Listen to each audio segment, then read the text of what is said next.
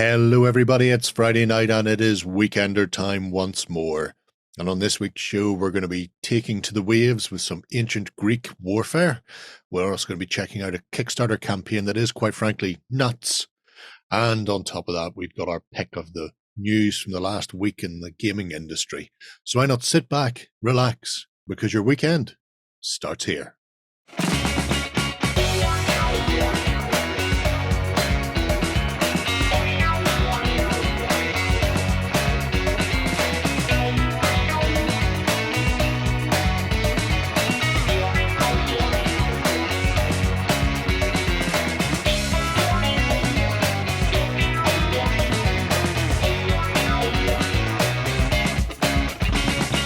Hello everybody and welcome to the Weekender once again. This week I'm joined by John, Shay and Ben as we take to the high seas in ancient Greece. or talk about toy soldiers and tiny fighting men across the industry. Depends how we're feeling really. Before we kick into the show proper though, we have a couple of bits of news / updates for you. The first is it's a big 5-0, Benjamino, for Salute. It is, yeah. They're getting old. We're getting older. And we're also going to be there. So tickets have gone on sale.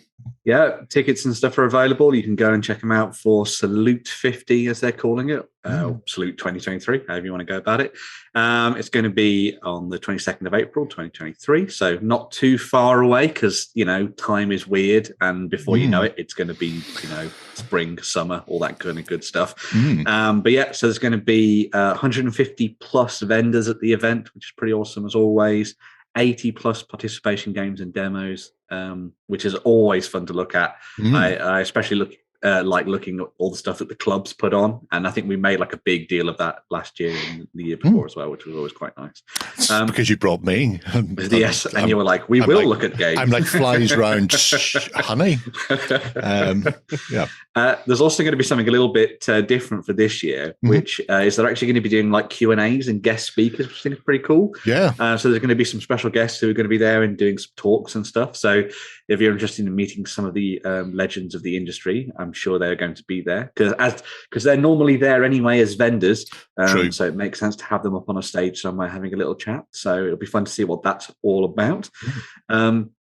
As Jerry said, we're going to be there as well. So we're going to be doing our live blogging and all that kind of good stuff. So we'll be there on that Saturday, enjoying everything Salute and rushing around talking to people. So if you want to come and see us and have a chat and all that kind of good stuff as well, come and say hi.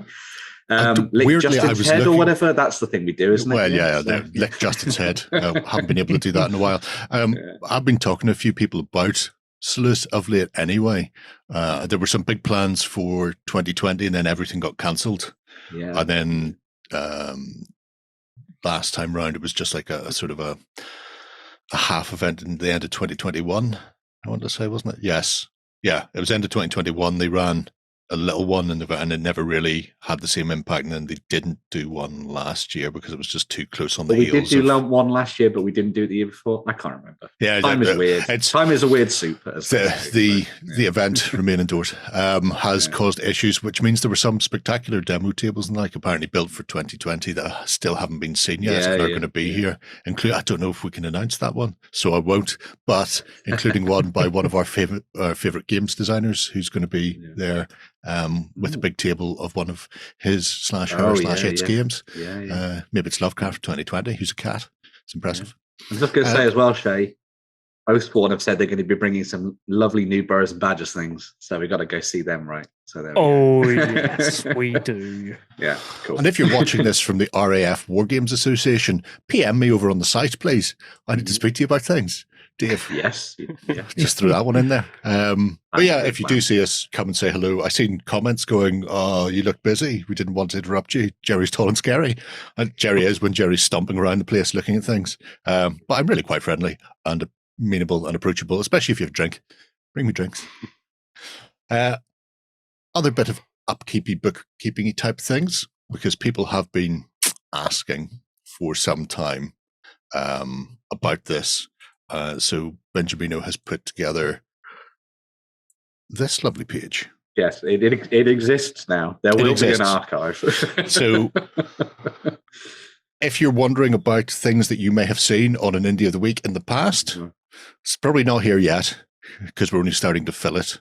But we will be popping in just the cut-out little bits of the Indie of the Week from the Weekenders, along with the links back to the company's page. So if you go, what was that indie where they had the tiny things with 6 legs and the gribbly faces, and then you played a game with them where they spat on each other? All of them and find you know, them, just scroll.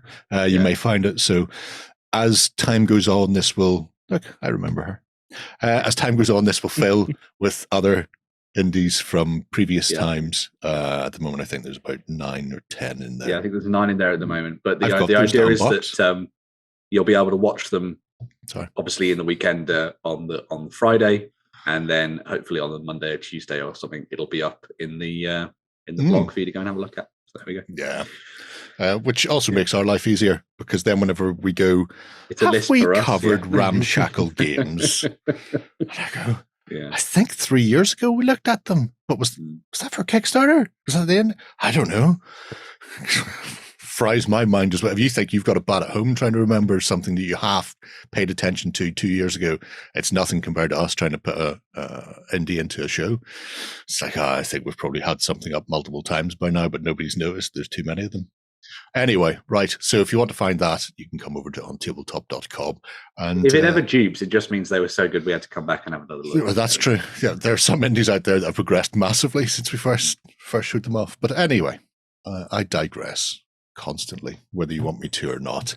And speaking of the Indie of the Week, it's time to take a look at the Indie of the Week. And this week, it's a little bit of an odd one. It is, yeah. A bit quirky. Yeah. So where to start with this? Shall I get my ranty annoyance out of the way first? Sure, I think I will. Yeah. Go for it, Jerry. So I subscribe to Wargames Illustrated. I've subscribed to Wargames Illustrated for a long time. There's shelves worth of it here, going back many decades. And they occasionally do free rule sets. This is one of them. However, if you're a Prime member, you pay the same amount as me to not get a physical product, but then get lots of extra stuff. I'm just saying, they do. Then you can get your hands on this free game. Now, I have the game, which is Thalassa, Naval Battles on the Ancient Seas. I'm reliably informed that name actually just means sea or something in ancient Greek. It could do, because... Or the concept of the sea or something. Because something like Thalamos is the hold of a ship on a trireme. But anyway, if you're a Prime member, you can get the STLs as part of your Prime membership. So if you're a 3D printy type of person, you can get the PDF rules and all the ships that you need to play. Everything is 3D printable for it. Everything is 3D printable. And they pay no more than me, and they get discounts on the Giants of Miniatures and other stuff, and access to the back catalogue. Not that I'm up better, but, they should be paying more. Or I should be paying less. One or the other. Anyway, so we're going to be talking about Thalassa. This is a booty game, courtesy of Wargames Illustrated, and it's all about the age of the trireme, the Hellenistic period, so from about your mid-6th century BC through to 300 or so. This is your period where the Greeks clash with Greeks, Greeks clash with Persians, Greeks clash with Greeks again, repeat ad nauseum, ad infinitum. And the whole idea is you are playing out these sea battles, presumably blue, Athens, red, Sparta. That would make sense to me. I think that would be the right way to go. Yeah. The game itself, the rules have been put together by, I want to say, in fact, I've got his name here, so I'll go with that. Ricard Fortune Martinez. I remember him from Room 17. Yeah. One of the designers from that. So. But it's an interesting little game. There isn't much in the way of complicated bits for it. I know there's quite a lot of tokenage going on here, but we'll start with top left then. that is your ramming template. Oh God! Just the words "ramming template" make me quite happy. So the game itself works on the principle that you're going to be fielding mostly fleets of triremes with some Pentaconters as sort of auxiliary ships. It's a D10 based system, although you do need D6 for your command dice because there's a certain amount of command and controlliness to it when you're playing through. But obviously you have to take into account things like sea, drift, the oarsmen. Weirdly, not the ships sailing. They do even point out that you shouldn't have these masts up. They would have taken these down and abandoned them somewhere. Like they'd be left on a beach until the conflict was over because you don't want your mast and your sail being ripped and smashed into bits. But just to give you an idea of that bracketing. So if you're going dead ahead on a ram, straight down the middle, you get +1 dice. If you have to pivot to contact, you've got like in the middle, you get no bonus. Yeah. If you have to go to an extreme, you get -1 dice. And then you've got your distance you move. So that's kind of cool. 3 bands where it's like you're too close, you're not really getting up much speed. In the middle is your optimal. And then the furthest one out is also a -1 dice bracket because you've given them too much time and they can brace for impact, which is always good, clean family fun, I feel. If I throw up this, actually, it's probably an easier way to talk through it. So this is their face page. So they've done little dice in conjunction with Sarissa, who've also done the tokens and templates, but you can download those all off the Wargames Illustrated website anyway. But you generate command dice for your main ships. You also have your admiral on a ship as well, designated at the start. And then you roll your D6. And they, you can use standard dice. So a 1, 2, and 3 is the little flag, which is a maneuver dice. The 6 is this sort of arrowy, windy blowing thing, which is your drift dice. The 5 is a blessing, which is the little burning, I suppose, votive offering pot to the gods. And then you also have the fleet dice, which is the 4. So you roll those at the start of the turn, and then they can be used to do those things. So it can be to drift your ship, to drift your opponent's ship. Now you can't spam them on one vessel, so you can't push one of your opponents all the way off the table. You have to sort of spread the love, so to speak.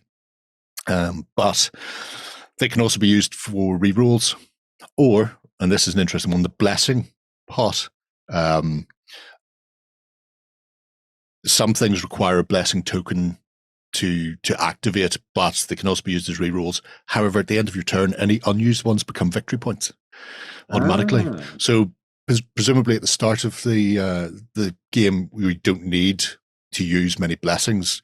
You can accumulate a nice little chunk of victory points with a cheeky roll right off the bat. The other thing they're mainly used for is to remove chaos. Chaos is kind of disorder and stress on your ships. If you've got a chaos token on you because you've sustained fire, or because you can mulligan the dice, you roll all your dice at the start, you get nothing but drifts, and you're going, this is going to be terrible for me. You can pick them up and re-roll them as long as your admiral is still around. However, his flagship gets a chaos token on it because he's suddenly decided that no, these aren't what we're going to be doing this turn. Started bellowing. Start bellowing and tear on from there.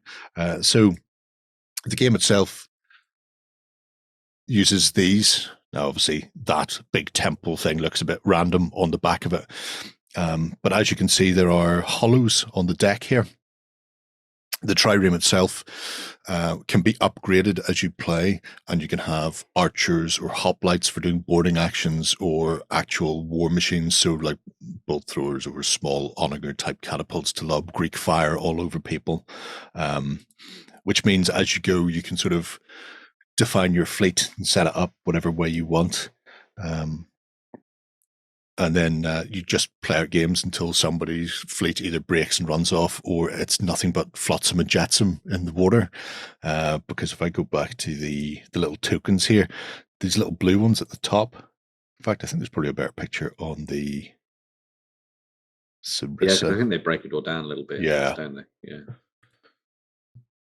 So when you're plowing through the middle of things, if you ram them, you're going to be the same, aren't you? Yeah, you're just going to be the same. You're just toying with me. Enhance. Do the Blade Runner thing. the two little ovals with the flat centerpiece. If you just go straight through somebody on a ram and sink them, then you just put those where the ship was on either side, and they now become little sort of wreckage. That's how slice them in half. That's also important though, because if your admiral happens to be on that ship, then he can still be rescued if you can get somebody over to him in time. Otherwise, you lose a command dice, and your governance, your sort of command and fortitude kind of dies the death a little, which is a terrible, terrible shame. I think we all agree. Nobody wants to see that happen. I'm going to go to here actually, because this is NG Castings who are making the ships. And if I go here, I can actually see these in glorious Technicolor. Or if not that, then at least you can see the sort of things that's going on. So the ships themselves are relatively big. The triremes are around 6 inches, 14 centimeters. I know that's not quite 6 inches, but you're thereabouts. The Pentaconters are smaller. But not that much smaller for the auxiliary ships. You are required to take no more than you can't have more auxiliary ships than you have triremes. It is the age of triremes, so people aren't going to be spamming cheap swarms of auxiliary boats and just charging at you until all of your ships are crippled. But I think it really gives an interesting sort of dynamic of how you build your triremes up, whether you want to go for something a bit more close quarters and boarding action, or if you want to try and stay back and feather people with arrows and ballista from a distance, because you've got obviously all these options here.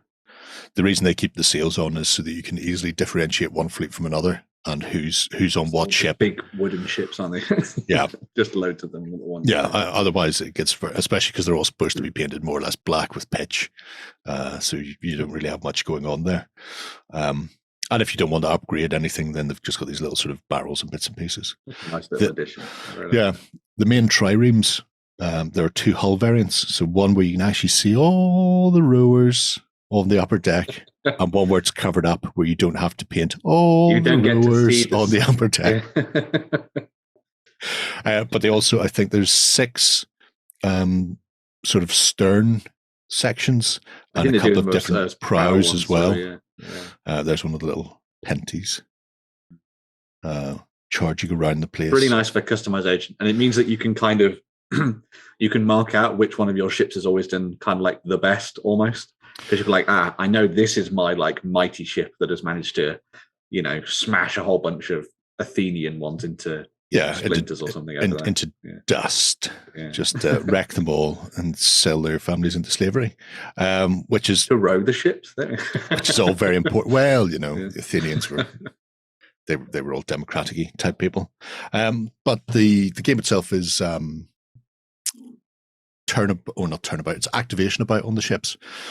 You can attempt to retain the activation once, although it requires a sort of a command rule, and it's a little bit difficult. And obviously, if you've got chaos and stress going on, then it becomes more difficult. But otherwise, you're going to be moving back and forward as you play out on the tabletop, and you have to account then for the movement of the ocean, which either is going left to right or right to left, depending on your side of the table. And then use your maneuver to start getting your people into a position where they can ram or they can board or that sort of thing. That little drift card, which is just literally like a playing card size thing. When you're drifting, you set it down beside your ship in the direction of the current, and then you can move your boat within it as long as the mast / center point of your boat stays within it. So it means you can slide up to, you can't go up to 90 degrees. So you can go up to 90 degrees. You can't go 90 or beyond. So 89 degrees is probably fine. But it means you can use it to slew. So if you're starting to play and you know the direction of the water and you know how far you're moving and where the drift is coming from, you can use that to bootlegger turn, handbrake turn around the back of somebody or come at them from another angle. So you've got all of these things that allow you to maneuver your fleet into a better position to do the God's own work, depending on your god of ancient choice. Greek drift. Will be the rules themselves are only, I want to say, like 30 pages. Might not even be 30 pages. And it contains a couple of scenarios in there as well. But while your fleets are all Greek, so they're all the same couple of ships, you can play Corinth, Crete, Sparta, or Athens. And cool. They have slight different sort of nationality rules that you can call upon in a turn. So Sparta, obviously, death before defeat. All Spartan ships in the fleet may re-roll any results of ones during the first round of combat after a boarding action. So that's quite good, whereas the Athenians are professional naval fleets, so they can re-roll any ones when making their mastery tests, and the mastery tests are used to retain possession, so you can do a double activation, or if you're attempting to do something while under chaos, because you've got various crew levels from Dunger up to veteran. Shocking, I'm pretty sure most of the Spartans should probably be ranked as Dunger most of the time. They weren't the most prolific seamen up until that point where they beat the Athenians, and nobody's seen that coming. But yeah, it's a fascinating little game. The thing that was really fascinating to me was that we'd had, at the end of last year, we had Fjord Serpents, which was this naval-based Viking game, which successfully kickstarted as well, which is amazing. Yeah, and it's now on GameFound on the Pledge Manager if you missed it, because you can get it back. Jerry's very happy that he's going to. I am. I'm really happy. And then suddenly, at the start of the year, we got Thalassa. Is that how you say it? Thalassa? Yeah. I always say it's Thalassa. But anyway, you do you. I don't speak ancient Greek, so I'm content either way. We also now got C. That's the name again. Yeah. So that's out there, the start of this year. So clearly there's been this really interesting twist towards naval war games. The other thing that's really cool about it is that from reading some of the design stuff they talked about on Facebook, they really wanted to go down the route of it being like naval wargaming, but without all the hassle almost. Yeah. So there's not too much kind of in-depth stuff you need to worry about. It's all much more a little bit about the cinematic nature of it on the tabletop, which I think is really cool. Because I mean the drift template is a playing card. Mm-hmm. The ramming template is just that front arc, and if you're not ramming, you don't use that. Yeah, and the rest of the time it's just however far you go. Now, because you're dealing with banks of rowers, you always move in a straight line forward, and then you can do like a maneuver where you can turn, or the drift where you can turn, which can be a dice if you need an extra sort of 180 type of thing, but it should be relatively quick to pick up and then incredibly quick to start sinking ships with as well. I love big Galvy buckets of D10 as well. The other thing that was kind of interesting, I was looking through some of the stuff they'd said, and I know one of the things that inspired the creator was kind of Jason and the Argonauts and that kind of stuff, and watching all those classic movies and things. And I think they've talked about doing some mythological stuff as well. So maybe we'll see some Titans and Leviathans and that kind of stuff. I mean, there are talk about you can have heroes on your ships as well as as well as the admiral, which obviously help to a certain extent. I mean, you can have your Odysseus style archer / sailor would obviously have bonuses for that, and then maybe have a more stabby Argonaut for your boarding actions, or your Heracles or whoever it happens to be. And obviously with that massive Parthenon-like temple on the back of one of the ships, leads me to believe that we may see the mythical side sooner rather than later. But yeah, it's a spectacular looking game. And like I say, if you're a Prime member, you can get it all for, the cost of your Prime subscription. If you're not a Prime member, it's £6. Sign up, download all the stuff. Bosh. Even if you don't renew your subscription. I really I liked the MG Castings and then Sarissa at the same time were basically like, there's going to be a lot of people who just want to play this game. So let's just do the resin casting for them. Well, the 3D printed resin casting and all that kind of stuff. Yeah, I mean, and just bring that out as sets. So where have you gone? There you are there. So you can get a starter set from Sarissa, which is the 2-player fleet plus all the tokens and 2 sets of dice for your command. Or you can just get the if I close you can just get the 2-player starter set with itself. However, if you go there, it's only 72 quid. Yeah. If you just want the ships, just 72 quid. And then just download the tokens, because all you really need is, your help my ships on fire, or your chaos tokens, for stress marking. I mean, a couple of bags of different colored beads and away you go.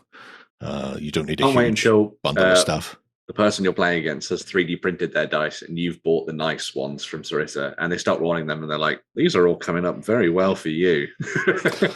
How did you weight these? The alternative, I've got a big box of blank dice down here that I bought from just get stickers, and then just get stickers and stick the stickers on. But otherwise, it's a D6 and have fun. It's not exactly tricky stuff to do. But yeah, if you're after a hard papery copy, if you go to whatever passes for newsagents these days, are there any newsagents still alive on the high street? I think they all shut. W.H. Smiths, go and have a look. Yeah.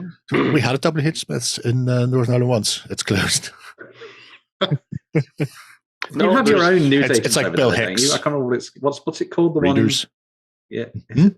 There's the one in Coleraine that sells magazines. Oh, Eason's. No, it's long closed. Oh, what? Again, what you reading for, boy? I think it's the answer to Northern Ireland. Anyway. It's petrol stations or our newsagents now. Okay. Damn right. It's January's issue, so 421, you can't miss it. It's got that on the cover. And spoilers for 422, they do some painting tutorials on triremes in it. There you go. And there's even a couple of bonus scenarios in there. So, but yeah, definitely worth checking out if you fancy doing something a bit different. And I mean, there's no reason why you can't combine it with other things as well. So if you want to do some sort of land-sea campaign, if you want to play out the Peloponnesian War or the Persian Wars, you can do that. Although I'm not sure what Persians used. I don't think it was triremes. Whatever it was, it got smashed at Salamis. Hardney Persians. Right. You too can recreate 302, the film that nobody cares about. I rejected reality and substitute my own. There was no 300 Rise of the Empire. Right. We shall return with the news after this swish. Coming to you from the center of Northwestern Europe. Covering board games, war games, card games, and all that you love. It's the news. All right, everyone, we are back with the news and kicking things off. Mantic Games have been teasing an upcoming Deadzone 3rd edition 2-player starter set. Oh, yeah. What? They've already got one of those, you say? Yes, they do. Another one. Another one. So this is something Mantic have done with Kings of War, where annually they release a new 2-player starter set. So if you don't like the 2-player starter set army that is currently available, then, maybe next year's one will be. And then they just sort of run the stock down of the older one. So they released Deadzone 3rd, which is a fantastic game. Last year with Enforcers and, I'll say orcs in it. Could be wrong. It's been so long. It might be. I own too much Deadzone. I do own the 3rd edition. In fact, I own 2 copies of the 3rd edition. I bought it. It had stuff in it. Don't worry about it. Let's move on. Anyway, new 3rd edition is going to be setting up 2 completely different armies, actually. The Omega system is being attacked by the Plague, and this is outside the GCPS's sort of sphere of influence, and therefore Enforcers need not apply. It is nearby, however. The Plague will be tearing their way through Asterians in this starter set with the fall of Omega 7. So interesting that they've decided not to go with here's superhumans or regular humans against whatever it happens to be against. They've decided just to go with two completely different forces, and they've done this in Kings as well, where here's two completely different forces for the Shadow of the North. Here's two completely different forces for War in the Holds. You know, in some cases, it's not even good versus bad. War in the Holds was bad versus bad, and likewise, depending on your point of view, with Asterians and Plague, this could also be bad versus bad. But I want to start the ball rolling by going, I love that artwork. It's very cool artwork. I mean, it's delightful. If you're unaware of either of these forces or the WarPath universe as a whole, which is entirely possible, starting with the Plague. The Plague is nobody's really, it might be lab designed, although there are a few labs like Maison working on variants of it for their own nefarious schemes. So who really knows? But essentially it conforms and changes people in a nano/plaguey kind of way. So it doesn't just change people from being live people to dead people. It sometimes changes the physical look of them. So as you can see here, there are plague zombies, which are the lowest rung on the ladder of intellect, shall we say. But then there's also these third gen plague troopers who are a bit more au fait. They can still use guns, for example, and are. There's even a plague hound in there as well. So those are all hard plastic. So the third gen plague are one sprue, including the dog. That's one plastic sprue. And then the plague zombies, that's two sprues of plague zombies. I like them. There's guys there using guns like shovels just to batter somebody because they can't remember how to pull the trigger anymore. Poor them. And a couple of guys in lab tech outfits as well on the outskirts. And then there's also, and I'm going to go out on a limb and say these are resin based on it was Vermin and GCPS in the last one. I've just remembered because the resin models are sitting behind me. I was waiting for a time to tell you, but no, don't worry. My brain just clicked away and went, oh yeah, you've got those resin models. See, there's the GCPS one. My head is gone. Anyway, so yeah, there's a plague leader there with one massively buff arm. One hugely buff. It looks like he's taken off a Teraton. A huge revolver as well. Well, you know, he needs something to counteract him, otherwise he'd be listing to one side. So, based on the previous box set, these will be in the box set and then available through Mantic Direct later on down the line if you want to pick them up for plague forces for things like Firefight or whatever by themselves. But it gives you a fairly solid suppressing fire type of unit there. Obviously, you're playing on an 8x8 grid of 3-inch cubes in Deadzone, so you don't need that huge amount of distance, and generally lines of sight will be blocked by mass amounts of terrain anyway, so you're not going to be able to see particularly far. But then you really want to get things like the plague zombies up unmolested in large groups, because then they have the swarm ability and they can really do some havoc. Doesn't matter how heavily armored you are, they will tear you apart when they get in there.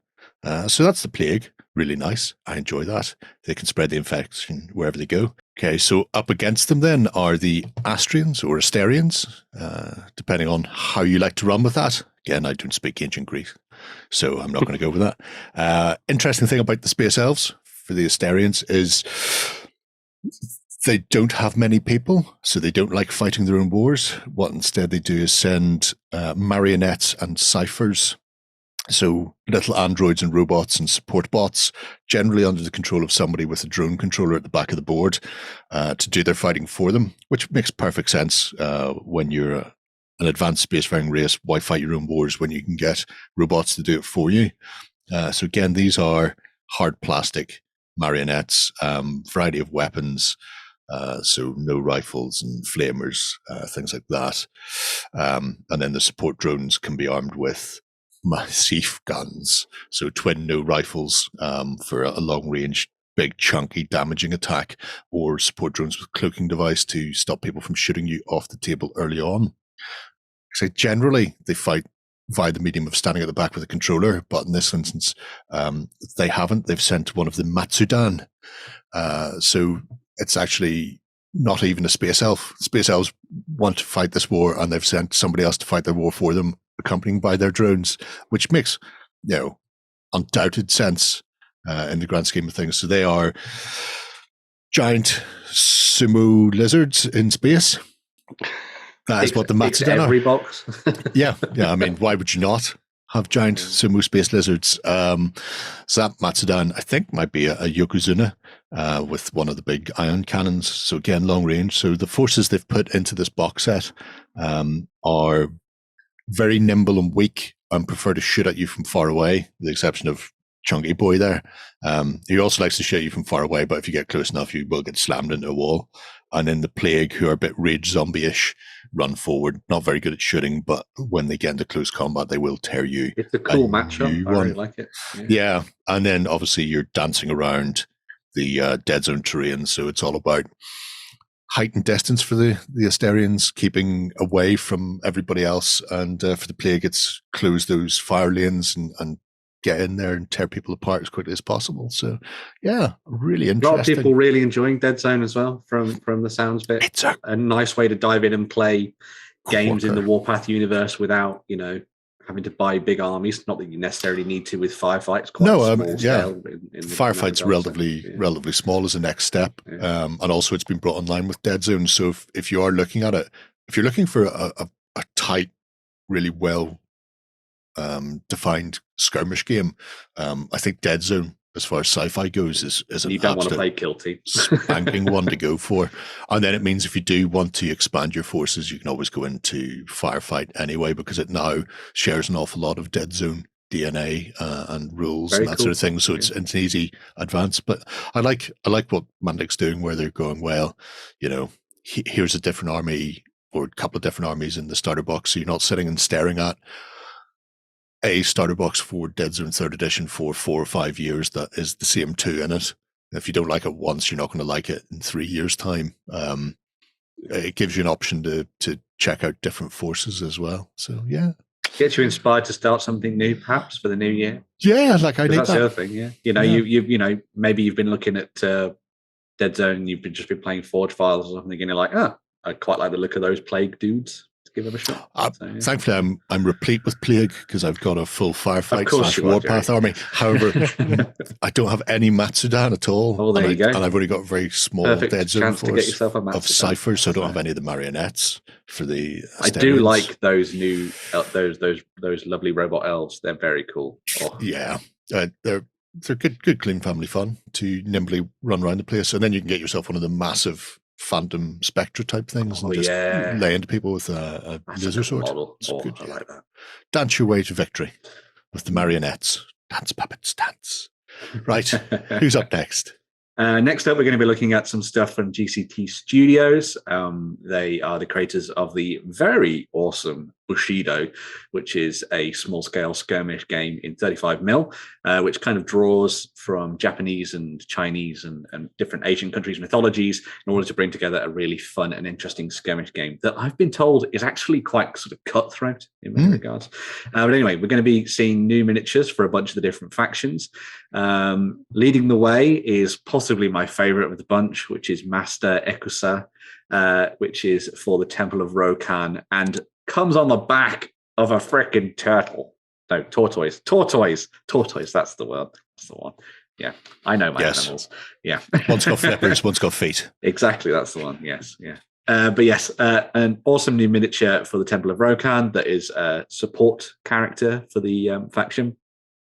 Also comes with some special rules for you to kind of do just a full-on Master Monk style force. So it'll be very, very niche, but it'll give you some really badass specialists. And I quite like the idea of all your sort of monks just calmly walking across the table before then just going whoopah and kicking the ass of everybody gets in their way. And then the turtle just eats them in a weird way afterwards. I like how he appears to be floating over the top of... Yes. I'm going to go out on a limb and say that that's a pond of water because they must be lily pads. I think it probably is, actually, which is kind of cool. I really like that. That's why you need to use something like a tortoise. Yes. Because if it moves too quickly, you're going to spill all the water out your bathtub. Yeah. Next up, we go to the young pirates who have Kuruta. He is so deadly that his captains have to confiscate his explosives when he comes on board the ship, just in case he destroys everything. So yes, he is excited about throwing bombs and blowing things up. I think it'd be really fun to see him painted up, actually covered in sort of burns and sort of black powder, and maybe with like some sizzling ends to his hair would be quite fun. I think would be really nice. A la Junkrat Overwatch. Yes, exactly like Junkrat, yeah. But a very awesome little model there for the young pirates, and you'd be going in that direction. We then have a model for the Silver Moon Syndicate, which is Tomo. So Tomo is an interesting one in that they are a healer, but by way of being weird and creepy, if you know what I mean. So they'll heal you, but you probably won't like it. So the Silver Moon Syndicate are all sort of about big gambling dens and money and prosperous sort of nature and that kind of thing. And so they have big burly sort of bruisers that kind of make sure that they enforce all the gambling that happens in their halls and things. And then Tomo comes along behind them and sort of stitches them up as they're fighting. They also have the kill or cure ability, as probably indicated by the lovely sort of accessories that they are using as weapons. So they can cut you up or they can make you feel better. So there you go. It's a very striking looking miniature. Yes. I'm assuming that's scarring around its face as well. Yes, it is scarring. Yeah. It reminds me of that news story fairly recently of a guy who got snake bite on a finger and cut his hand off. Got to the hospital and the doctors went, you didn't need to do that. Why did you do that? Clearly they've seen like one too many Hollywood type movies. But God. Well, I'd imagine that's what Tomo might do to you. Yeah, I just think that's probably exactly what it's going on. You've also got some new character for the Savage Wave. This is my second favorite of the bunch. So this is Yasei.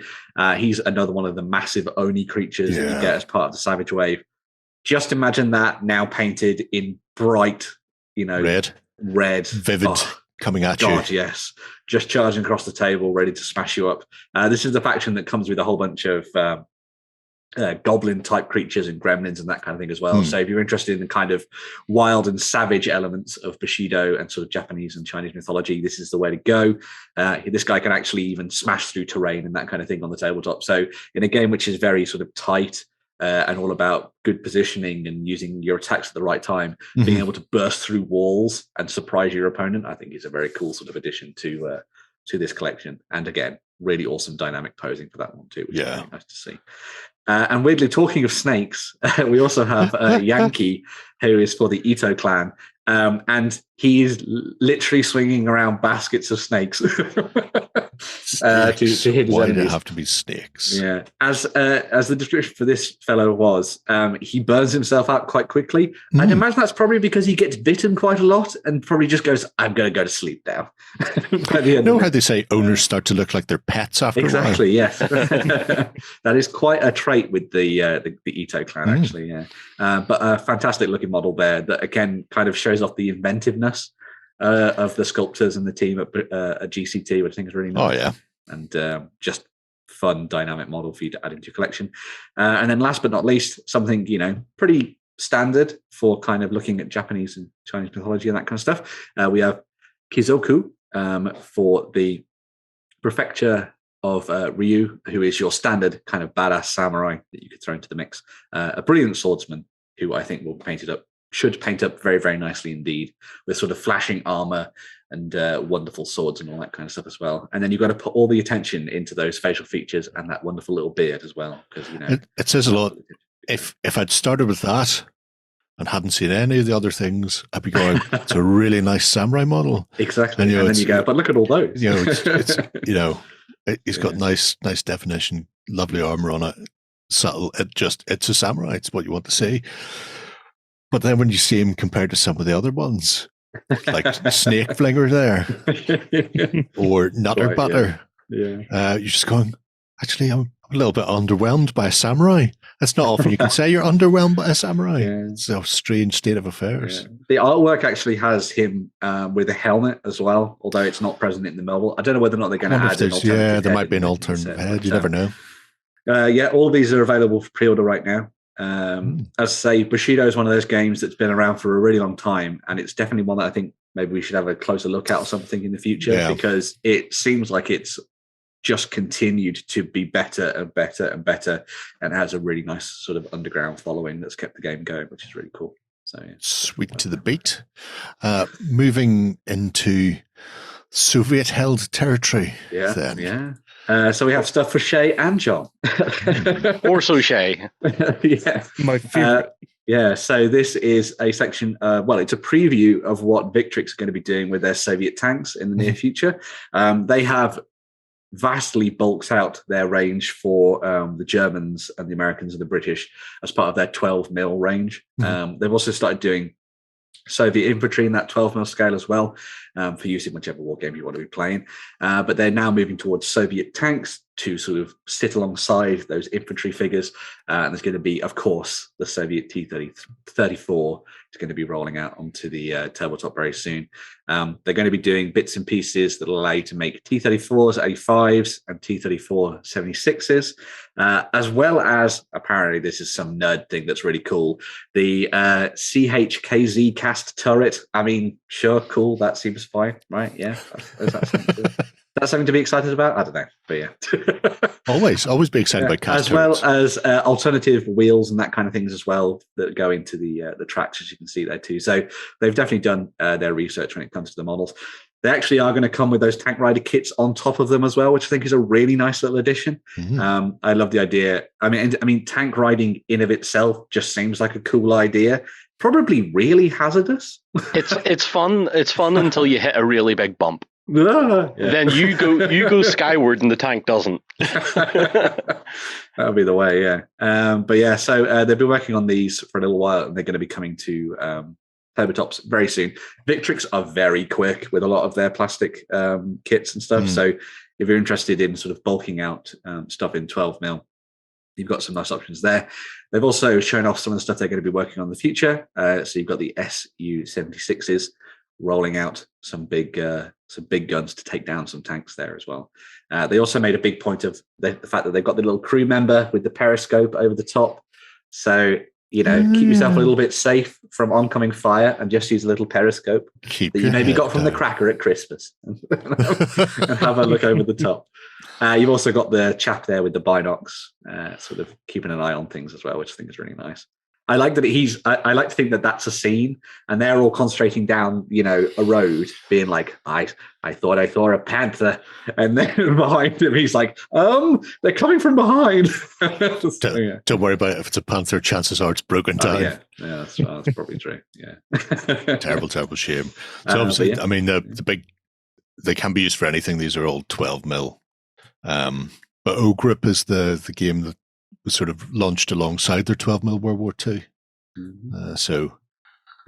Interesting one that I want to have a look at some stage. I have the author's previous game, Panzer Grenadier Deluxe, is quite good. Nice. And different type of small scale war game. So I'm not sure what O-Grip changes up or if he stays with similar mechanics or whatever. But yeah, nice to see from Victrix. They've also done something weird with an app, which I'm not going near because I can't do apps. But it's called Company Commander, and it uses those things where you see people like doing videos and they like pointing their phone at like a wall, and it goes, your wall is 9.2 meters long.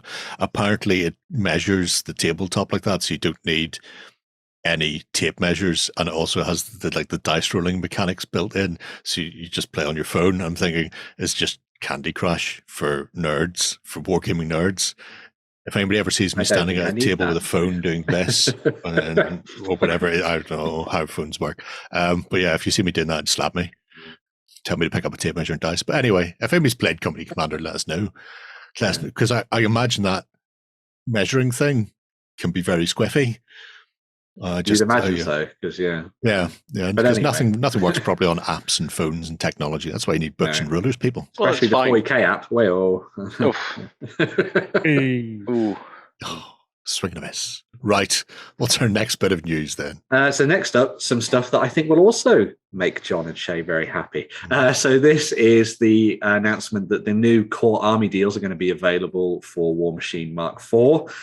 Finally, they're arriving on shores very soon. So yes, there's going to be 2 sets that are available this week. So from now, as you're watching this, you're able to pick up both the Sigmar and the Orgoth Sea Raiders sets for playing Mark IV.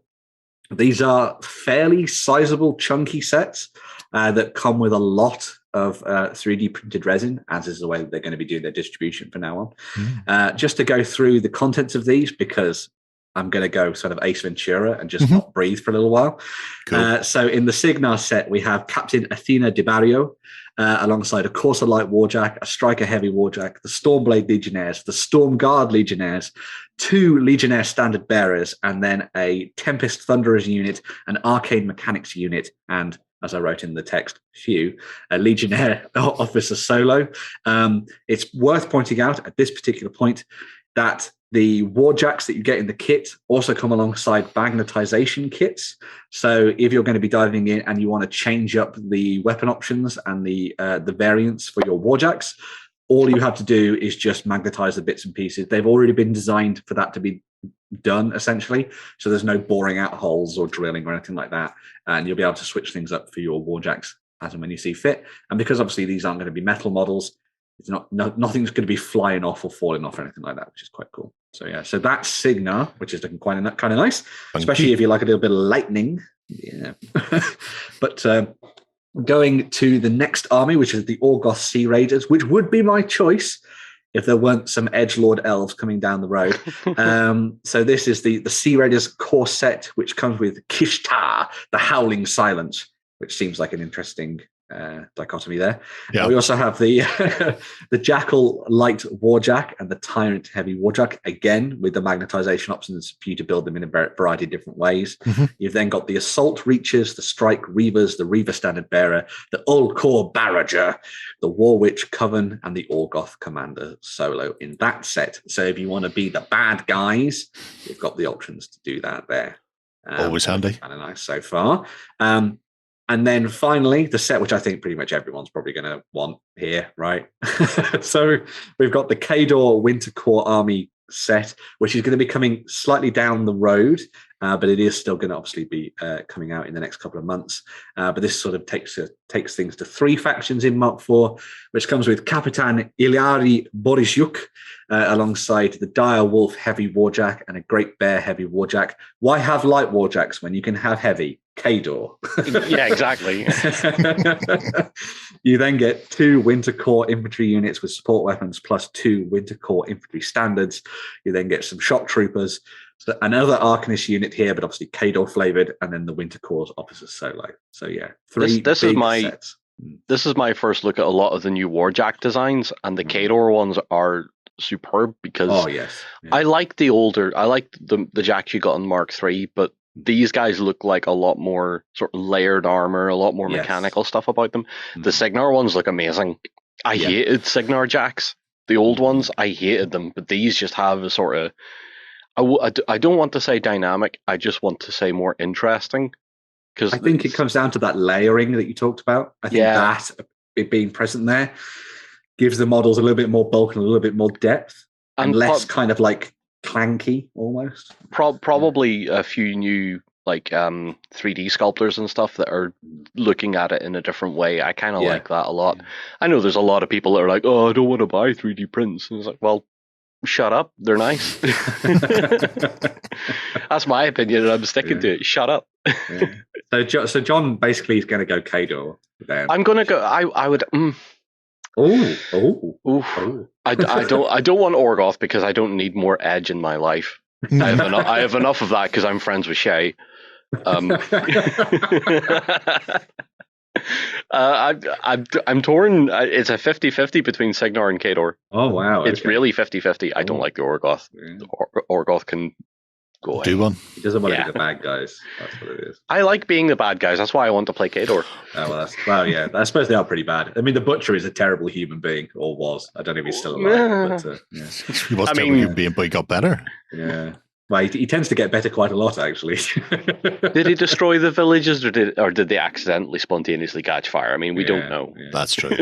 What about you, Shay? Is there a particular army in there that you're like, very nice? Oh, I don't do an awful lot of Warmachine. You haven't done any Warmachine? Which one would you be tempted by? Khador. Well, obviously, you're going to paint them red and sing certain national anthems over the table with me. Of course. But yeah, so this stuff is going to be coming out very soon. As I say, orders are available today as you're watching this. And Kador will be coming slightly further down the road, followed by the lovely Edgelord elves that we know and love. And we just buy both. Well, hopefully we should be doing some stuff with Warmachine, which should be really fun. So we'll see where it goes in the future. It's a beautiful dream. I get your Kador yet, then, Shane. Yeah. So yes, very cool stuff there. Don't miss out if you're interested by Mark IV. Obviously, all of the rules that they've designed for the game are free to go and check out in their sort of early stages and that kind of thing. And they're going to be building things up and developing their roadmap over the next couple of months as well. So, the future is looking bright for Mark IV. There we go. So, yeah. Fancy. Yeah. Right. That means we're at the end of the news, which can mean only one thing. What have GW been up Workshop, to? Yes. So we've got a couple more things for boarding actions, which is going to be sort of expanded with the boarding patrols sets that are going to be coming out very soon. So if you want to dive into playing boarding actions, but you don't necessarily have an army already for it, it's only 500 points. So if you've already got an existing army, just use that. But if you're new to it and you want to give the new game mode a try, then they've done 2 new sets for the Space Marines and the Chaos Space Marines. Of course. Well, nobody who plays 40k has power armored armies at home. Nobody who plays 40k has ever got any Space Marines. So on the Space Marine side of things, you have 10 assault intercessors. You then have 5 heavy intercessors with their big chunky guns, and then a captain in Gravis armor that can be armed with a variety of different weapons as you see fit. But it's a pretty sort of standard Space Marine force in that regard, where you've got your ranged options, your close combat, and then your heavily armored captain, who is going to be weathering a lot of the fire, probably, in that Gravis armor. On the Chaos Space Marine side of things, they've done something a little bit quirky with this one, but I'll get to it in a second. So the set comes with Abaddon the Despoiler. Sorry, Captain in Gravis armor. Why? You're dead. Because he's on the book, I guess. Why? Why would someone that important do something like a boarding action? Yeah. So you've got Abaddon the Despoiler, who is the majority of your points. Remember, this is a 500-point game. You then get 10 of the. I think it's 10. 10 of the. This has caused issues because there's 5 pictured Chaos Space Marines, but in the description on Whamster World, they say 10.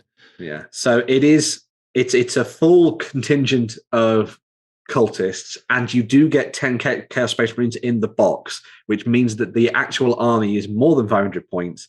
But I pointed it up, and if you take 5 Chaos Space Marines with all the cultists and Abaddon, it gets to around 495. So if somebody can have a frag grenade.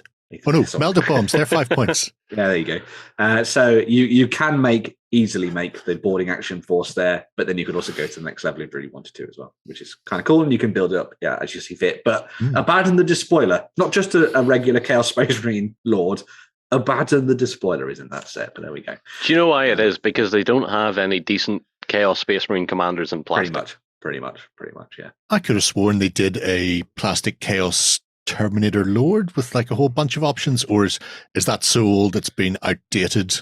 That's old. I think it's still around, but I think it's old. Still around, yeah. So it doesn't fit the scale of anything anymore. No. Yeah. Well, shame. But yeah, some interesting options there for boarding actions. I have watched a bunch of videos on the game, and it seems like legitimately good. I have my issues with Warhammer 40,000 as much as I build armies for it. But because they've pared everything down, as we talked last week, in terms of stratagems and the warlord traits and all that kind of thing, they've really boiled it down to kind of like the essence of a 500-point quick game. It seems really fun to play, and because of the enclosed environments and the way that they've changed up line of sight and cover and all that kind of thing, it means that things aren't getting blown off the board in like turn 1. And there seems to be some really interesting sort of tactical decision making to be had in the game and everything like that. So if you are interested in playing it, grab, as we said last week again, grab your miniatures from your larger 40k army, get some graph paper, and draw out the designs for the boarding actions from the book, rather than having to buy the £130 terrain set. Although I'm sure there's going to be some created by different companies later on down the line anyway. Probably. Well, almost definitely. Oh, almost definitely. Yeah. Sarissa. But yeah, and give it a go, because it seems really, really good fun. And, hopefully they continue to support it throughout the rest of these books. I know they're going to be doing more scenarios and everything like that. So keep an eye out for more. Talking about more, another one of the box sets that was announced is the Bale Fleet set. So weirdly enough, this said, with Vashdor's coming, the mighty forces of chaos have decided to descend on the Imperium, but we're not going to put Vashdor in the box. We're just giving you everything we haven't sold in 3 years. Yes, we're going to give you everything else, and then you can add Vashdor later. I don't know why they didn't just wait for Vashdor to come out and then just throw him into the box, but there we go. If you're interested in picking up some Possessed, some Terminators, the new Demon Prince model, which is actually quite nice, and a Helldrake, then you can do that. But so that's another set that's going to be coming down the pipeline for Warhammer 40,000. So there we go. Wow. Yeah, good stuff. Whoa. Then there is a monumental amount. Oh my God, yes. Of Age of Sigmar Chaos coming. Yeah. So if you wanted to play as the Slave to Darkness and you didn't pick up the army set that came out towards the end of last year, there's going to be a new, a renewed chance for you to dive into playing as the Forces of Chaos on the tabletop. They're going to be getting themselves a new Vanguard set, which comes with the Chaos Knights, the Chaos Chariot, which is quite an old model now, alongside the Chaos Warriors and a very stalwart Chaos Lord who's been around for quite a while. You're also going to be able to get your hands on the new Battle Tome separately from that army set as well, which comes with the limited edition cover and the standard one as per normal. And there's also going to be a set of the Chaos Dice as well, which I appreciate the fact that they just went black and white, easy, nice, simple, and easy to fine to read. Their dice have been really hit or miss. Yes, they really have. So this one's kind of just like, here's some dice, they work. There we go, which is always nice. And then in terms of models, oh, baby Jesus, there's quite a lot of them. So there's the new Demon Prince model, which actually has better options than the one you see there. I think he looks a bit weird, but there are some very nice options in that set for making it into a variety of different demon styles and that kind of stuff. Like an anime cartoon character face. Exactly. Yeah, he looks like the guy from Death Note. Death Note, that's what I was thinking of. That's the guy. Yeah, with the spiky hair. Yeah. Make that into your character. There we go. We've also got Eternus, Blade of the First Prince. So this is the kind of switch in the narrative from not all Chaos followers working for Archaon. A lot of them are now like, hey, Be'lakor's the best. Let's follow Be'lakor. And this guy was a Stormcast Eternal who was trapped in the atmosphere above the mortal realms by Be'lakor and his mighty spells, and has been twisted and turned into a kind of evil version of the Stormcast Eternals to lead the armies on the tabletop. And also there are options to make a standard Chaos Lord, as you can see there as well, which is quite nice. There's also a Chaos Lord on Karkadrak, which was in the last sort of getting started set for the Warriors of Chaos. I remember that, yeah. Now this White Lizard riding Chaos Lord is available separately for the first time this weekend on pre-order. You've also then got an Exalted Hero of Chaos, which takes me back to the old days of Paul Sawyer doing his Tale of Four Gamers with his mighty character there. This guy's got a very thin head. You don't have to put the helmet on. You can have him unhelmeted if you prefer, but there is an option there for your kind of on-foot aspiring champion of chaos, as it were, back in the day. And then you have all of your new miniatures for your kind of rank and file as well. So you've got your new Chaos Chosen with their mighty axes, Chaos Knights by the dozen with a new upgrade sprue for them, which kind of turns them into the new models. You've then got your new and updated Chaos Warriors, sort of to work at the center of your army. I still love Chaos Warriors. I think they're so cool. It's the classic halberd and shield. Yes. Oh yes, from back in the day. I'll have my 3-up armor save, please, and +1 strength. Exactly. Yes. Yeah. Screw spears. Yeah. I could have a halberd and kill you with that. So yeah, a nice new kit for the Chaos Warriors. And then finally, we have the Ogroid Theridons, which are sort of a carryover of the designs that we've seen from the likes of Silver Tower. And then we saw them in Warcry. There was a Myrmidon that you could get for that. But now the Theridons are the sort of own set as well. So if you wanted to build up an entire army of Ogroids, you probably could do that now, which is kind of awesome. So loads of different options there for people playing as the forces of chaos in their games of Warhammer Age of Sigmar. It's the big new release of the start of the year. So I'm less than enamored by them. It might be their hyena-like back main. I quite like those, you see. It's just, they just look weird with their tiny faces. Massive body and then very, very tiny face. I think the Chosen are the best models out of the lot. The Chosen are very cool. The Chosen are very cool. Yeah. I got to say, the Ogward Thermidons are just better than the Minotaurs that do exist. Lobster Thermidors. Yeah, that is true. I mean... So, they're not quite Minotaurs, but they're pretty much there. Degrees of terribleness, isn't it, really, at that point? Do you want muscles on your muscles or tiny face on the end of your big... I'll take a tiny face, please. Tiny face. Interesting stuff from the Chaosy. Yeah, some cool stuff there. Obviously, all of this stuff available to pre-order over on store.ontabletop. Buy merch. Go and check it out. Mm-hmm. That wraps us up for the news then. It does. We shall return after this swish to round out the show.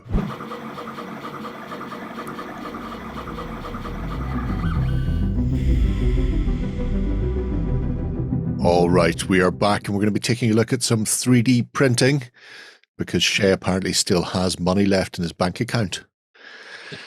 Nope. Incorrect. Oh, in that case, you may survive this week, Shay. Well done. Where are we going to be going to take a look at today then, Benjamino? So today we're going to be messing around with Gothic Things. Ooh, my favourite type of things. Yeah. So this is a creator called Alida on my mini factory that popped up as I was perusing through the tribes section of their website. And I thought that we'd look at something a little bit different from the normal kind of 3D printing flair. We tend to have a look at lots of miniatures and that kind of stuff as well. But one of the things that I think a lot of people tend to forget about is that I think you've just clicked on coral reefs in general. Oh, it is all Gothic things. So. No, they're all Gothic things. Don't worry. I'm going to go look at coral reefs now. Is that, 3D printing is pretty damn awesome for terrain building. And it takes a lot of the effort out of having to, assemble some of the plastic kits or MDF and things like that, because you just print it out in big old sections, don't you, really? And so Gothic Things, as well as selling shrimps, also sell a whole bunch of awesome little terrain kits and scatter and that kind of stuff that you can print off for your creating, as you might have guessed, Gothic Things on tabletop. A lot of their focus over the last little while has been on creating kind of your very sort of familiar medieval, grimdark fantasy style settings that you might find across a variety of different tabletop games. So you've got your houses and your churches and your manors and your taverns and your little farmsteads and everything in between like that. It's the kind of stuff that I think would be really nice for a lot of those people who are doing kind of those big Kitbashi style games that exist out there, and they want to have some nice, quirky kind of Hansel and Gretel-esque Brothers Grimm style terrain to use on the tabletop. That is some stunning stonework on that doorway. Yeah, and I think what's quite nice about this is that some of these kits, especially the ones we're looking at now here, I think work very nicely for kind of going the other direction and talking a little bit sci-fi as well. Because obviously these things would be quite nice to show off in the the Gothic cathedral-esque cities of the 41st millennium or 42nd millennium now, isn't it? I think actually with the progress of Arc's moment. But there we go. Some nice little bits of terrain there that again, subscribe to that idea of Gothic in its entirety. I mean, there's a big old Gothic church. I'd say is bordering on cathedral, to be honest. But yeah. Turns out I do have more money left in my bank account, actually. But yeah, so as you can see here, all the different layers. You've got all of the interiors done for it as well. I mean, there's no floor, but put it on a gaming mat and away you go. I like the idea of using this in something like Carnivale, perhaps, because this just seems apt for running across roofs and leaping between gargoyles, smashing through windows, breaking masonry, and all that kind of good stuff. It's a great centerpiece for finishing off your games of the Crow, with Top Dollar and the Crow on the top of the church. Yeah, that too. Yeah, like grotesques or gargoyles. Yeah. Do you know how to tell the difference? A gargoyle is a full-bodied creature. Oh, it sounds good. It's not true. Oh, Gargoyles are gutters, so if there's a pipe that allows water to emanate from the mouth, it's a gargoyle because it gargles. if it's just a statue, it's a grotesque. Oh, there we go. So cool. A little bit of architectural. Disney features. lied to me.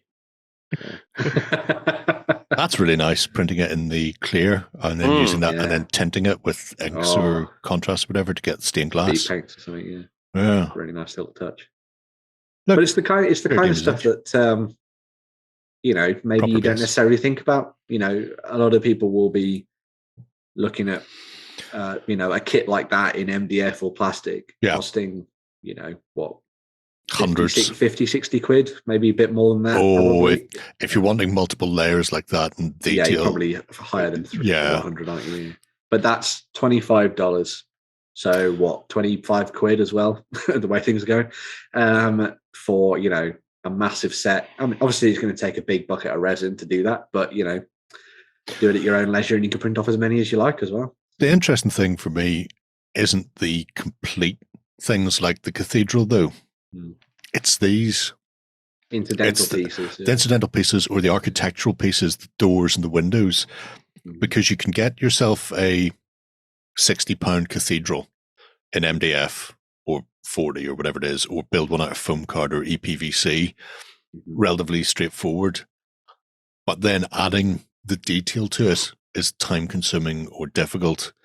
However, being able to go in and go, being able to go, I'm going to use these insets, that round stonework window, just need to cut a big round hole in the back of it and then insert that. And all of a sudden, it changes up the look from a very flat, self-built thing into something dramatic, or even just getting the statues to adorn the tops of pillars and that sort of thing.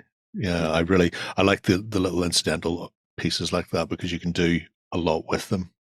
And then these are great for something like any of the graves / silver bayonet. I was going to say silver bayonet, yeah. It's a really nice little collection of stuff that just sort of popped up on my radar, and I was like, "Oh, this just seems like a great idea." I like this because you can do the dry, fully watered, dry or centerpiece as well in it.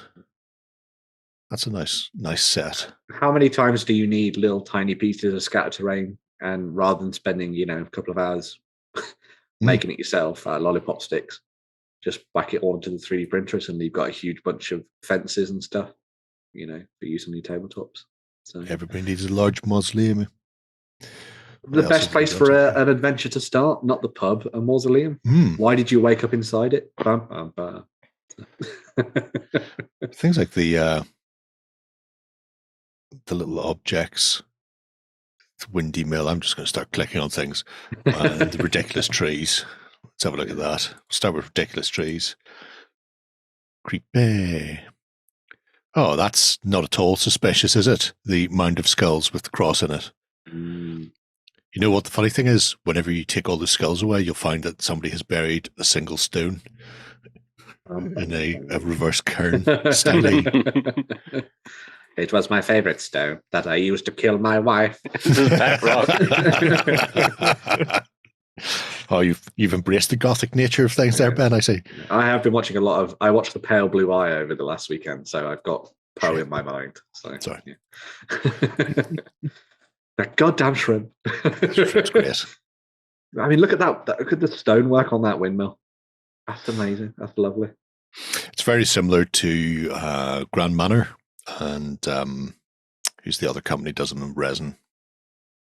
Tabletop World. Tabletop World. Yeah.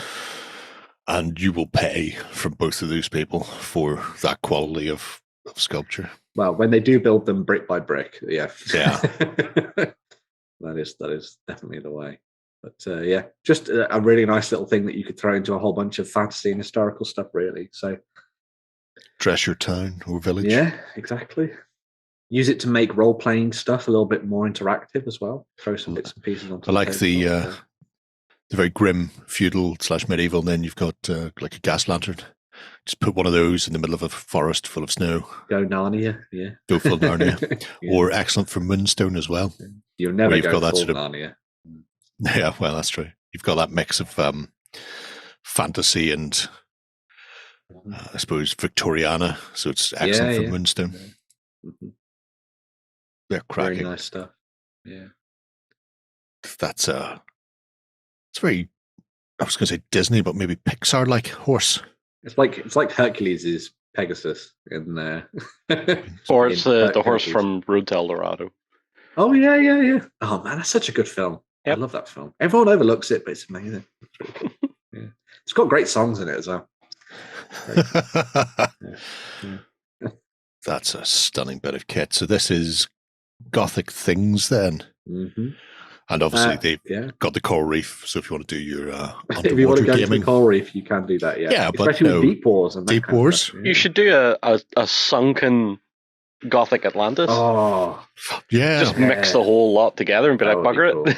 Yeah. Stop giving me ideas. Sunken Gothic Atlantis. Shay, you have the printer. We have the capability. Yeah. Oh. There is also their collection for January, which we just got there as well. So this is their new stuff. And I had shirt off because castles have become quite a thing over the last little while. So I think it was the end of last year. We looked at the big resin castle that was coming out. Magister's Militum. From Magister's Militum. And everyone had a slight heart attack at the price. Well, just get it through their get through their tribes for Gothic Things. That's get yourself a castle and clever. So yeah, the ruined sections for the ruined sections that just butt against your wall sections. And you've got the steps built into the interior section as well, which is really nice. So you can properly walk your characters up and down that. If you're looking to build something classically medieval, or if you wanted to go down the route of making a new siege tabletop for your fantasy games, you have the ability. And looking very nice indeed. Nice set of towers as well. Just do a nice little Mott and Bailey. Stick that big hexagonal fellow on top of a hill and away you go. And the other thing as well is that, printing miniatures can sometimes be an effort in frustration. Printing terrain, a lot of it's just flat, right? So, it's bound to be easy. Yeah, bound to be easy. Yeah, if John does it, he just presses go and it's done. Yeah. That's how we imagine it all works. It's like printing out a document through my printer. You just press print, and at no point does your printer ever eat the paper, print a test page or anything like that. It's always just very simple. I imagine 3D printing is exactly the same. Exactly. Stress-free. That is some stonking stuff though, that January castle. So yeah, if you want a castle, pick it up. And also obviously that'll be available separately down the line on their My Mini Factory page as well. So, keep an eye on Gothic Things, maybe add it as a bookmark. Away you go. Get yourself a shark and a shrimp. Where you go, bish bash bosh. Do that too, yeah. Tell your own Finding Dory, Finding Nemo story. Yep, that's exactly what I will not be doing. But there's always the potential. You never know; it could happen. Did you win one of our prizes? Find out on our prize claim center over at OnTableTop.com. Here we list all our previous prizes and those who have won. If you see your username, fill out the form to claim your prize. All prizes must be claimed within 30 days. Right, to round things off, we have a couple of Kickstarters. We do, yeah. First one should be familiar to John, if only by the name itself. Yeah, so for the first one, we're going to be going nuts. Yeah, which is a World War II skirmish combat tabletop system from the folks at 2 Hour Wargames. This is essentially a culmination of pretty much everything they've been working on for the last little while. Nuts in itself is a solo / cooperative system, which is very much focused on the idea of kind of the grunt's eye view of World War II. So it's not big armies. It's like small squads, or in some cases, 3 or 4, maybe 5 men in a team or something fighting it out on the tabletop. And as I suggested, in many cases, you're going to be playing this by yourself or with a friend. And sort of going through missions against AI-controlled enemies and that kind of things as you sort of fight your way deeper into occupied France and beyond and all that kind of good stuff. Well, where they've changed things up with this, and the video's doing all the things for me. Well, where we go with this one is there's going to be a new expansion to this called Your War. And that kind of allows you to link everything together into big campaigns. And on that campaign front, we have a couple of fronts to explore. So they're going to be doing separate books for the Western Theatre, the Eastern Theatre, North Africa, and the Pacific. And all of these will come with very specific rules for playing out. You know, for example, the US Marines versus the US Marines versus the Japanese, or the standard push at D-Day on the Western Front and all that kind of good stuff. And again, tied into this idea of it being a campaign system, you're going to play through this sort of building up your characters and your little squad and how they sort of fought out the war, maybe across multiple theatres if you wanted to go that way as well, which I think is quite nice. The other thing that's really cool about this is that they've added in kind of RPG light mechanics to the game. So you play out your solo, cooperative, or head-to-head games, and then between them, you can do kind of like little tiny RPG segments where you find out what happens to your characters. Maybe you know you're going to be attacking a town in the next scenario, so you might spend a little bit of that kind of downtime in game between the sort of things in your campaign, soliciting the help of the local resistance, or maybe going and destroying supply lines or something like that. And I really like that kind of added element to this, where you kind of build up the story a little bit more with the system and stuff, which I think is quite nice. They've also got a bunch of additional supplements coming out. So we saw one of them, which was the tanker one, where you can actually you could literally just play as a tank crew, or you could play as a large tank squad, platoon or something like that if you wanted to. But I just love the idea of it being very granular and it being, no, I'm literally playing as my tank crew, and this is me in this, playing out a section of a much larger conflict, hunting particular enemy tanks down in a village or something like that, or on the outskirts of a forest or something. I think would be really nice. And they've also done a more pulpy one as well, which is like a weird World War version of Nuts, where you can throw zombies and Nazi bats and werewolves and vampires, mythos creatures, everything into the mix as well. So if you wanted to make it a little bit weird, you can do. And as you can see by what they've done with the campaign, which is well funded, obviously, because Nuts has been around for a while, and I think a lot of people really enjoy it. They've got loads of their additional supplementary sort of material in there as well, so you can pick up things like the D-Day stuff and everything like that as well. So if you are interested in playing a little bit of Nuts, make sure to go and check this one out, because it seems like a really, really fun way to play World War II. Mainly because I've always liked the idea of playing a much more kind of tightly focused skirmish style version of that. Playing a Fury or Kelly's Hero style thing rather than the full sweeping. And 0200 hours, I think, kind of gives you that, in a way. But I quite like the fact that this is much more wide reaching in that regard. It kind of gives you that, this is my single squad going up against, masses of the German army or something, or trying to sneak your way through towns and all that kind of stuff as well. So it just seems like a really fun and interesting way to play World War II in a different style than maybe you're familiar with. And a lot of people will have World War II miniatures from Warlord or Empress or whatever just sitting around, so maybe worth giving this one a shot. I like that they've got sample pages for most of the books as well, so you can see what the sort of contents is going to be like and what's going to be in each of the books, along with those videos for gameplay as well, if you want to see how Nuts plays out as a whole. The gameplay video is only like 7.5, 8 minutes long, I think. So, kind of gives you everything you need to sort of get your head around very, very quickly.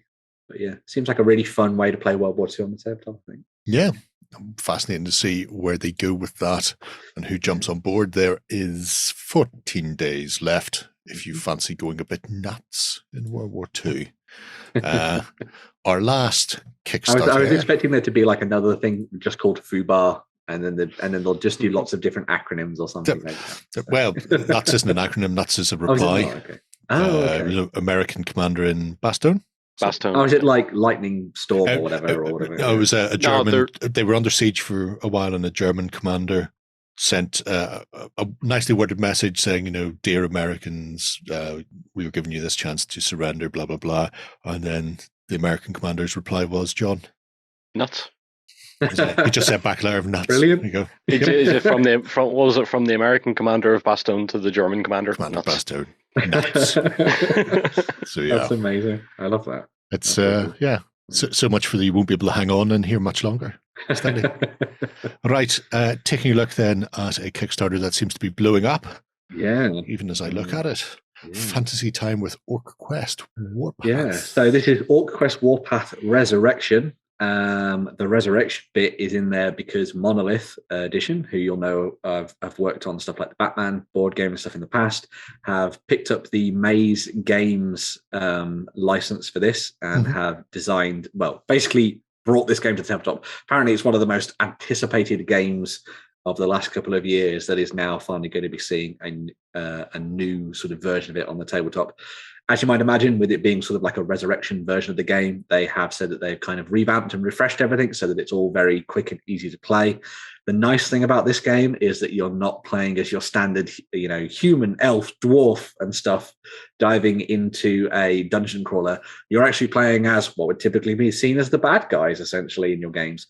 The world of the orcs is threatened, and so you're going to be playing as orcs and goblins and everything in between, looking to kick the ass of the puny humans, the dwarves, and the pointy-eared princelings within the elven kingdoms, and telling them what for and getting rid of them, which I think is quite a fun way to change racist elves. I was reading the wrong bit then on my running order, and I was about to start telling you about the Eastern Front, but there we go. So gameplay for this is quite simple. On your turn, you get 2 action points. You have a hand of cards, and those cards will say on them with a little A symbol, it'll take maybe 1 action to move or 2 actions to do a big, massive attack. You basically work out how you want to spend your action points, and there you go. However, and a little bit of a twist, there is also what's called the badass meter, because of course there is, because you're orcs. And you can use points from the badass meter, as you can see there, which is kind of awesome, to do more attacks and abilities and that kind of stuff on the tabletop. So if you wanted to run into somewhere which would normally cost you 2 action points, that would normally mean you're out of actions. Don't worry, spend some badass points to do a big badass attack, kill some enemies and destroy the room and everything else in it, all that kind of good stuff. The other thing that's really nice about this is that they've gone like proper old school dungeon crawler. So when you walk around the board and you open up a new room and you go into it, you don't know what's in it and it gets randomly generated. So as you saw in the video, you make a box within the game box using these dividers. Roll the dice into it. Yeah, so then you roll the dice into it, and where the dice land and what face they're on determines what enemies you're going to be facing and what treasures and rewards and everything else is added into that room, which I think is a really nice way of doing it, because it means that nothing's ever totally prescribed. Yes. You'll always know the kind of enemies you're going to be fighting in a scenario, because you'll be like, oh, well, this is the one where you have to, go and burn down a human town or something. But within that, you'll never know exactly what's going to be in each room, which means that you can keep coming back to scenarios and playing them in different ways, with their absurd array of heroes that they have to choose from, as pictured here in green, and just try things out in different ways. I think is a really fun little way of doing it. I'd seen this when it first came out from Maze, and they'd started talking about it, and it seemed like a really interesting novel concept to be playing as kind of like what you'd normally see as the bad guys, obviously. I know Mantic did their twist on that, didn't it? League of Infamy. And this just seems like a really fun way to go. As it's a Monolith game, it means that it comes with a whole host of plastic. Yes. So there is quite a lot for you to get your head around. There's 2 massive boxes. But the interesting thing for me in that regard is that, yes, there's a lot of stuff that you're going to get in it, but a lot of it's already been done because Maze Games did a lot of the heavy lifting for this project. So essentially, this Kickstarter is to kind of just get it over the line and finish it off, which is why it's a very short campaign that only got, I think it's 5 days left on it at the moment. So, you're essentially looking to, fingers crossed, touch wood, Kickstarter is Kickstarter, might be getting this as early as kind of the end of the year, sort of October, November time. So pretty cool. Wacky fun. Seems like a really interesting concept. Yeah, presumably each of the scenarios is themed to a certain type of enemy. Yeah. And so you're going to be up against the elves at this part, fighting in a barbarian people, or something. So seems very cool. There really is a ridiculous amount of stuff in there. Very it's much one of those stash exceeds life expectancy type of things there, isn't it? It's definitely, as most people call it, a lifestyle game. If you're picking this up, this is the game that you probably intend to play for the next couple of years, I would imagine. So very nice. Looking fairly funky. Really, yeah. I do like the idea of generating things via the medium of roping off a room and dropping dice into it. My only problem with that will be people tend to, if you're right-handed, you're going to be rolling into the top left corner all the time, and if you're left-handed, you're chucking into that. Things are going to. I know in that little animation, they dropped lovely and scattered beautifully into all corners of the room. I know that's not going to happen. They're going to be lined up like a conga line against one wall. Maybe some form of drop them from above. Yeah, but yeah, fascinating stuff. Interesting concept as well. Attacks and all that kind of stuff is all very simply done. Everything's based on the cards, based on coloured dice and all that kind of stuff. Oh my god! If you sleeve your cards, you're going to be there forever. You can craft equipment, hence all of them. All right, okay, yeah. There you go. So you can craft weapons and armor and items and everything as well. So, the other thing I didn't mention, because you're playing as orcs. Yes. There's animosity in the game, because of course there is. So on the start of the turn, you draw an event card, and it might be like you punch the guy next to you in the face or something. Yeah. Which I think is really cool. Suck it up, goblin. Suck it up. Well, there you go. OrcQuest, WarPath, Resurrection, EA plus Alpha Turbo Edition.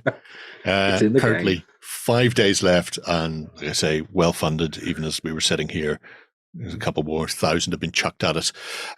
So yeah, if you fancy getting in on board that, probably jump in now. I imagine there'll be a pledge manager though if you don't. So possibly one to look out for in the future as well. That wraps us up for another week. I think I'm going to go off and read some books because I've got things to do. However, I will be back on Sunday morning with some of these reprobates. Not those two at the bottom, mind you. We're swapping them out for heavier versions. It's okay, they won't see this. The Brothers Grimm. The Brothers Grimm are going to be joining us for the XLBS. If you have not been over to OnTableTop before, you can become a cultist for 30 days with a free trial and see some of the nonsense we get up to as we take a more sedate look at the hobby. Only Johnstons, as we like to call it. So, yes, that is the ones. Otherwise, we shall return next Friday, for more of the same. Until then, have a great week of gaming. Bye-bye. Go ahead and check out our other content on screen now. And while you're at it, why not hit subscribe and remember to ding our dong. Go on, you know you want to click it. Go on.